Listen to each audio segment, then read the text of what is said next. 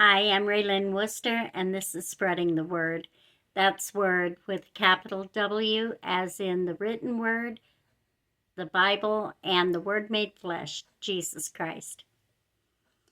So now we are getting to the meat of the matter, the heart of the matter in the bigger picture. We have laid the foundation of the ancient world, the biblical times, and the foundation of usury. And we are now focusing in on the here and now and life in the United States. And we're going to see exactly how we got where we are in the here and now. As I post this, I am going to be designated this section as HN1, HN2 for the Here and Now Article 1, Here and Now Article 2. So you can continue to listen to these in order so that they really make sense. Also, I am going to have some visual aids to help you understand the history and what I'm explaining much better.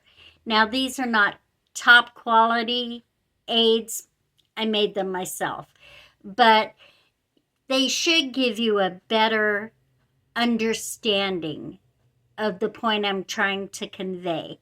And I would recommend when I put one of these visual aids up on the screen that you pause the video on it and take a picture of it with your phone.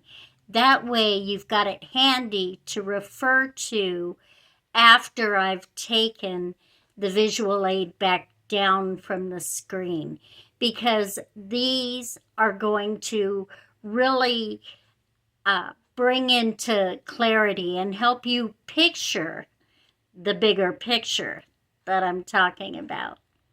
Okay, so we are going to start with a visual aid that I made, which is a timeline of the lifespan of the United States of America.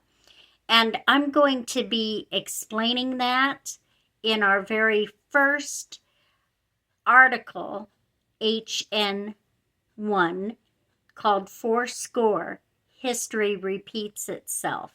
But let me put it up now and show you what I'm talking about, and you can pause the video on it and take a picture with your phone.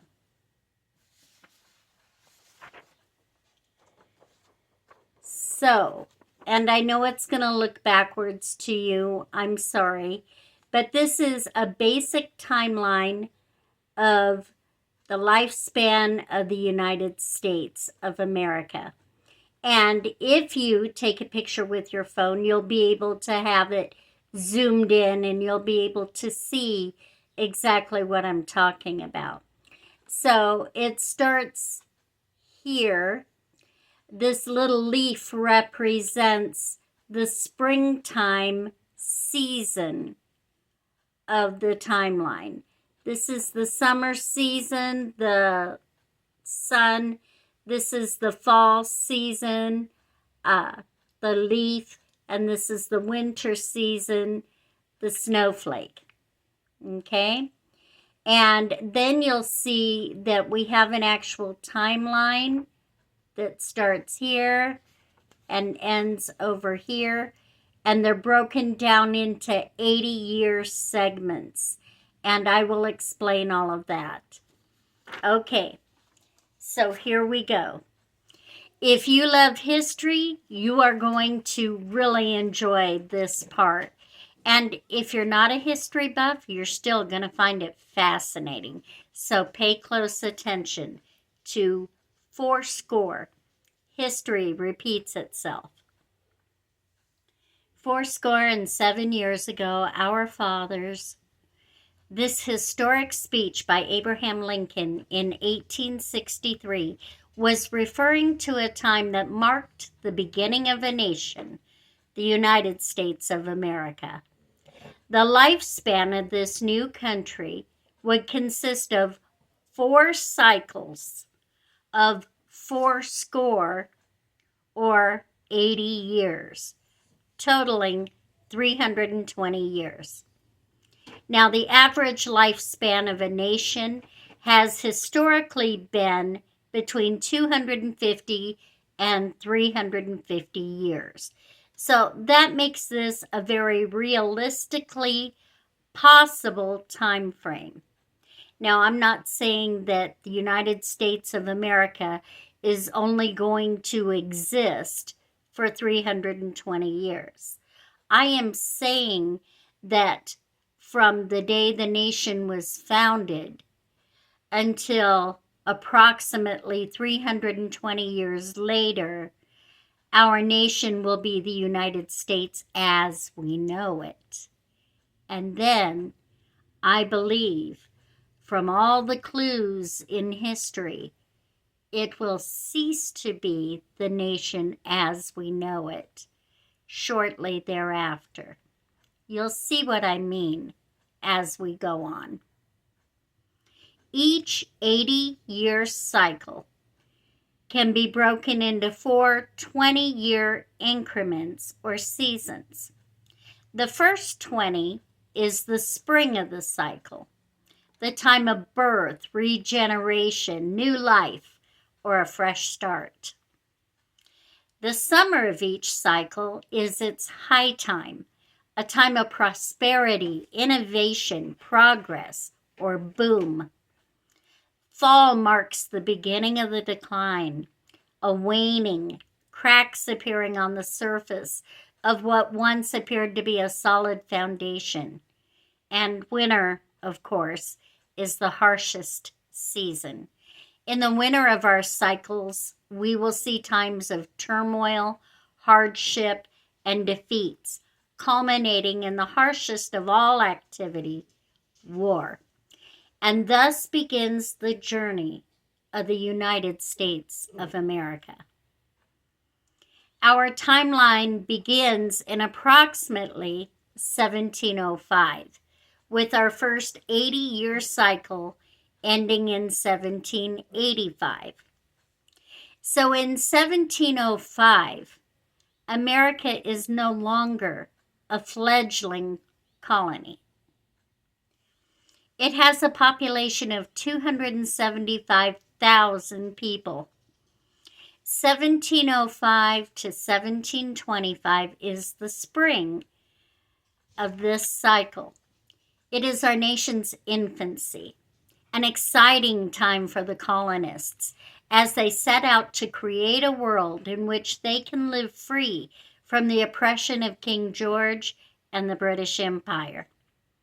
As we will later discover, this was an attempt to live God's blueprint, a way of life destined for prosperity, a departure from an ancient and cursed form of rule that only led to destruction.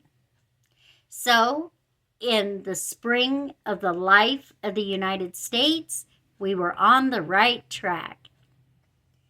1725 to 1745 marks the summer of this first cycle. During this time, we see schools being established, hospitals founded, and Benjamin Franklin's kite-flying experiment. America is truly establishing its identity as a nation.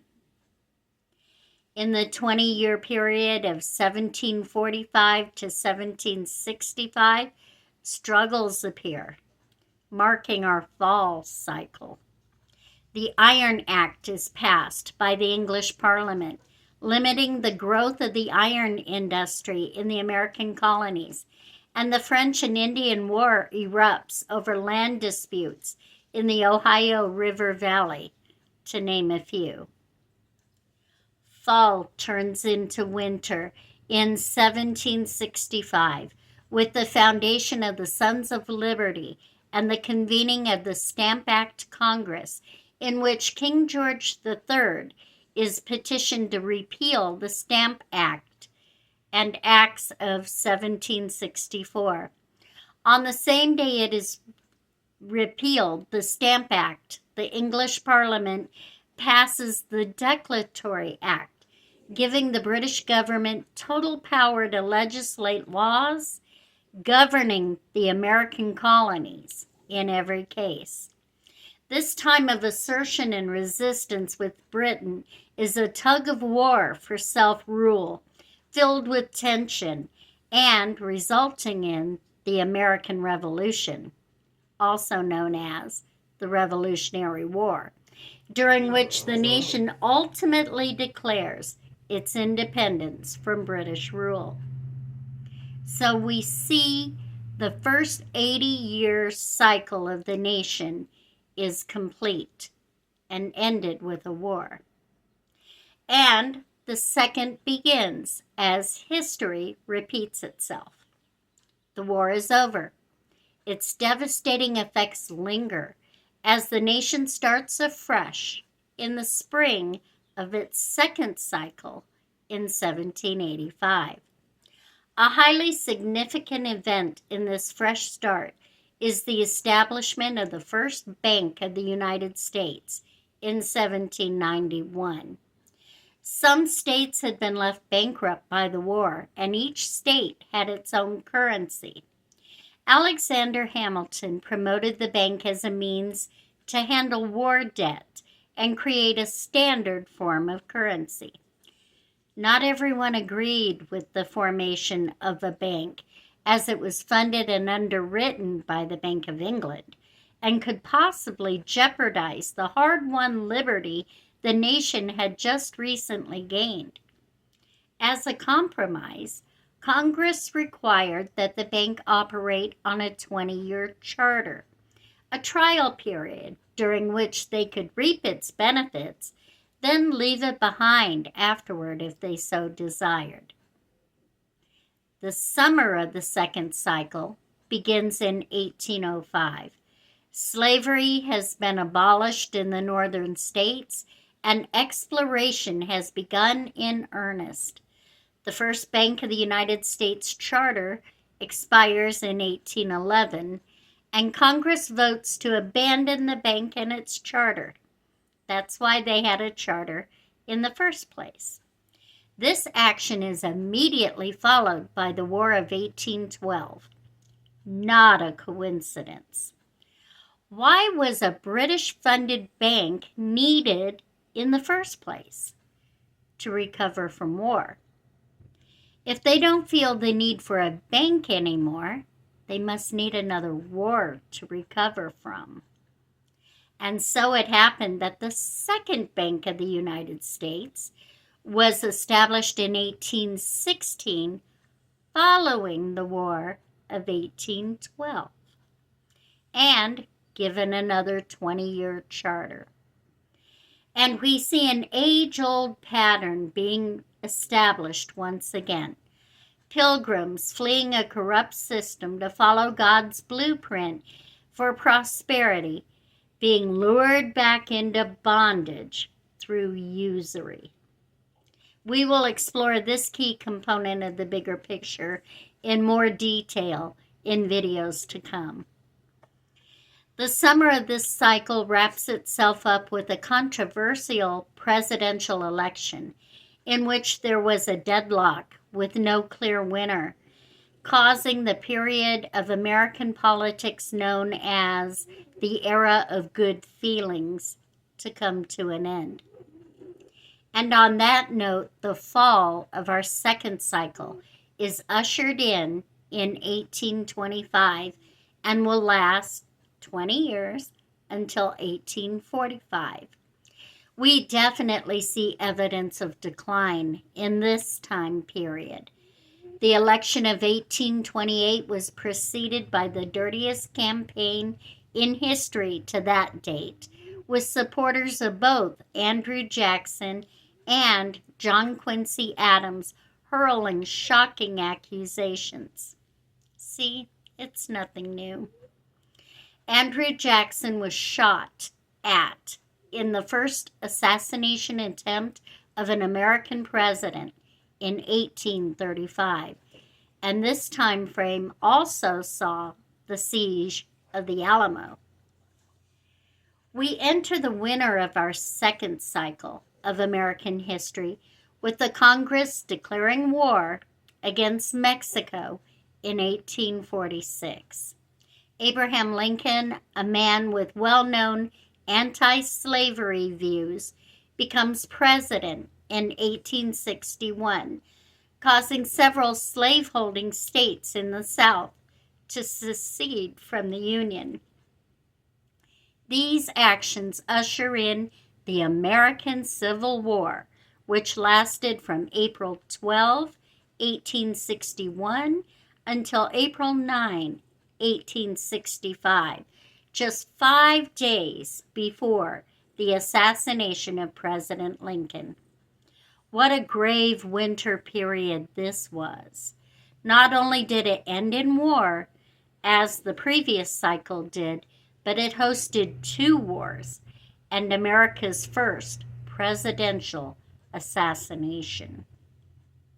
I think it's important to note here that while each 80-year period can be broken into seasons, the entire lifespan of the nation is broken into seasons as well. Our first 80-year cycle was the spring of our nation, its childhood. The second cycle was the summer, the time of its greatest growth, and we are now exploring the fall of the United States timeline. Because the entire 80-year period represents its fall, the 20-year portion representing the spring isn't as innocent and fresh as it once was. Indeed, between 1865 and 1885, the Great Chicago Fire breaks out. The stock market crashes and sets off the Panic of 1873, and General Custer is defeated at Little Bighorn. What should have been the summer of our fall cycle also seems to start out somewhat bleak. It starts off with the death of the Civil War hero, Ulysses S. Grant, in 1885, followed by the Haymarket Riot in 1886. Summer brightens somewhat, though, with the dedication of the Statue of Liberty in 1886. The Statue of Liberty, enlightening the world, was a gift of friendship from the people of France to the United States, and is recognized as a universal symbol of freedom and democracy. Other advances include the formulation of the quantum theory, the awarding of the first Nobel Prizes, and the Wright brothers' flight at Kitty Hawk. The fall season of our fall cycle runs from 1905 to 1925. It opens with the Great San Francisco earthquake in 1906. This quake and the subsequent fires left over half of San Francisco residents homeless and killed nearly 3,000 people. Other highlights from this time period include Henry Ford's introduction of the Model T, the sinking of the Titanic, the introduction of personal income tax, the U.S. prohibition, World War I, which began in 1914 and ended in 1919, the sinking of the Lusitania, and the Spanish flu pandemic. The last 20 years of this cycle, 1925 to 1945, comprise the winter season. The most notable events of this time period were the stock market crash of 1929, the Great Depression, and of course, World War II, which began in 1939 and lasted until the end of the 80-year cycle in 1945.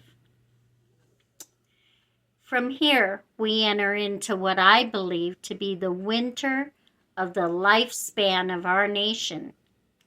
I believe the final 80-year cycle of the United States of America will run from 1945 to 2025.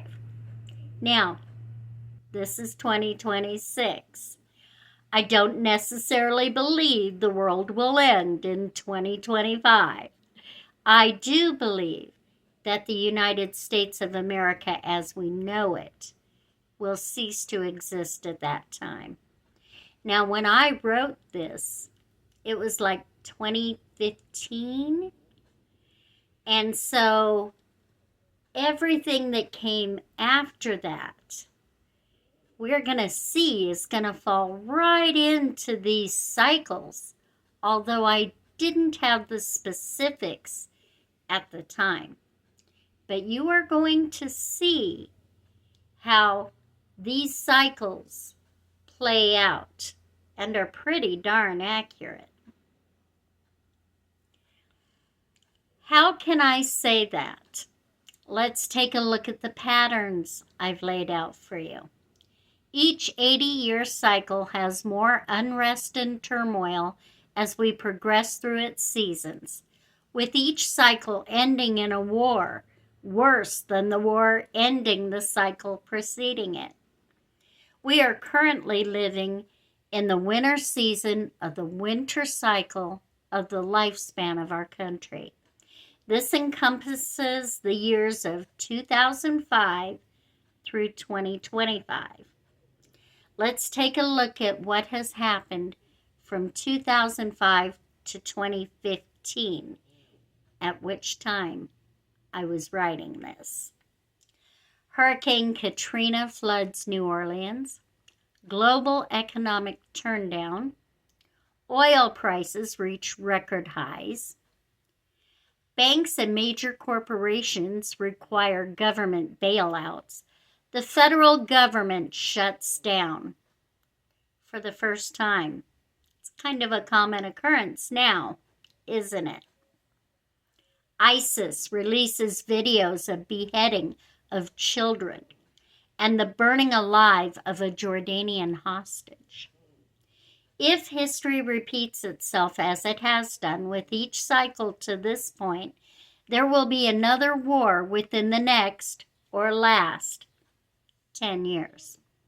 It will be more horrendous than any of the previous wars we've experienced. It can only be World War III. The purpose of this document is to make the readers aware of the video, to make the listeners aware.